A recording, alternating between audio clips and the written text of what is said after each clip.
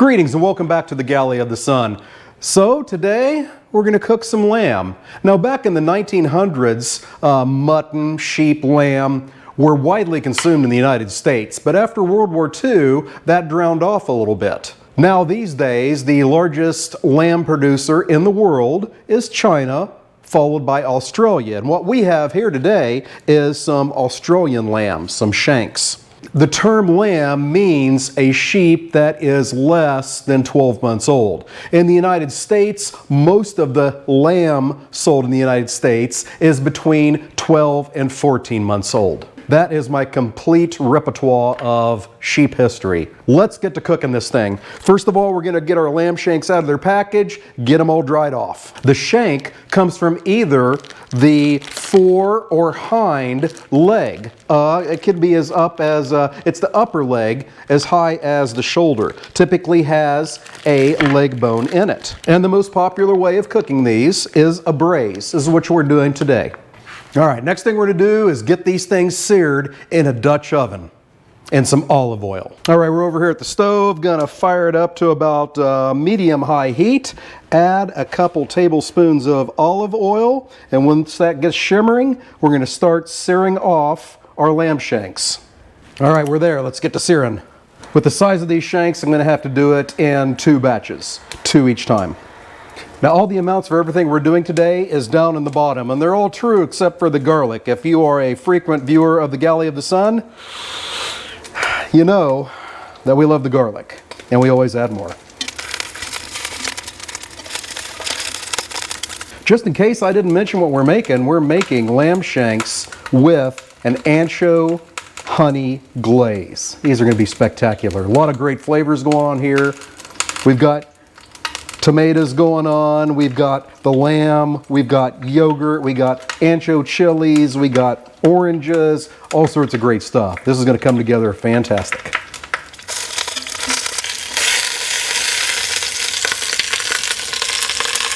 All right, first 2 are done. Now on to the second 2.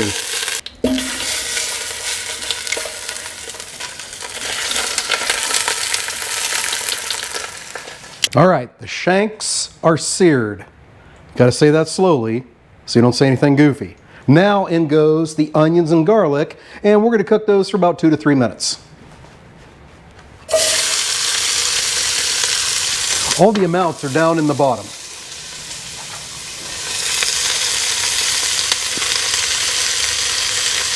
Now in goes our chicken stock.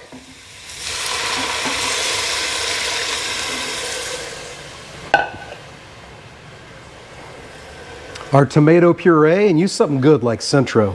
Love their stuff.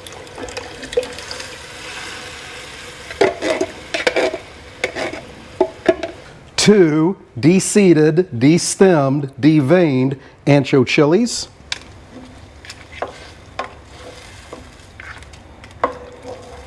Our teaspoon of cumin, a bay leaf, and a good healthy pinch of salt and pepper. Now we're going to bring that to a boil, and as we're doing that, scraping that incredible fond off the bottom, just adding more flavor. All right, we've hit our boil. We're going to let it boil for just about a minute. Then we're going to return the lamb shanks to our Dutch oven. My oven is preheated to 350 degrees Fahrenheit, and we're going to put this Dutch oven covered in the oven for about 2.5 hours. All right, heat off. Shanks in. Do your best to arrange them to get them all covered in that incredible broth that we've made. There we go. That's the best nestling I'm going to get.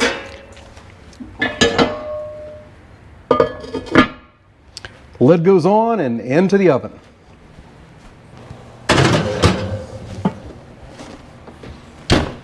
All right, we got some other things to do in the meantime. Alrighty, now we can start working on the glaze. So in this bowl here are my remaining ancho chilies. I'm going to cover those with boiling water and then let them sit there and soften for about 10 minutes. I want to make sure they're fully submerged.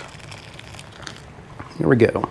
All right, so our anchos have been sitting in the hot water for 10 minutes. Now it's time to make that glaze. So in a food processor or blender, Add your chilies.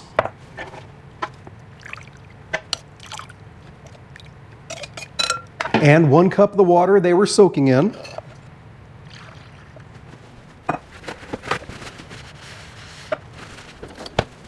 And a 1/2 cup of honey. There's a trick to this. Get some veggie spray, spray your measuring cup, then put your honey in it. Then it comes right out. I can tell my cat's amazed, and that's not easy to do. Last but not least, we need about a teaspoon of orange zest, preferably from an orange.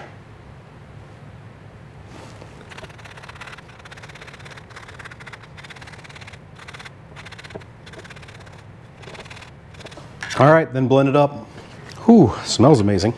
Give that a quick taste. Oh, that's going to be amazing. All right, now we can set that aside. We have another thing to do. All right, now we need to make our sauce, and this is real quick. I need about 2 tablespoons of chopped cilantro.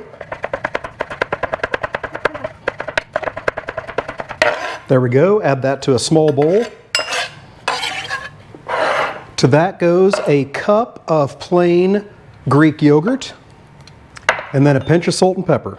The mixture of this cool, refreshing sauce, along with those earthy flavors of the ancho honey glaze and the ancho peppers that are in that tomato puree and chicken stock that the lamb is braising in right now, it's going to be just amazing. All right, quick taste for salt. Oh, we're there. Now, we just wait until it's glazing time. All right, so it's been 2.5 hours. We got the lamb out of the oven. Now, we need to transfer the lamb to a baking sheet. And yep, I can tell it is super tender. You can see that the bone is pulled away from the meat there. God, this smells incredible. So I'm bumping up the oven now to 400 degrees. Lamb is out. We'll get the lid back on the tomato sauce to keep that warm for us.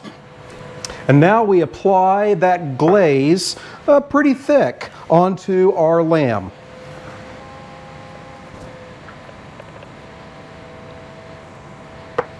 You should have plenty of glaze, so do not be skimpy, because we want this to build sort of a crust.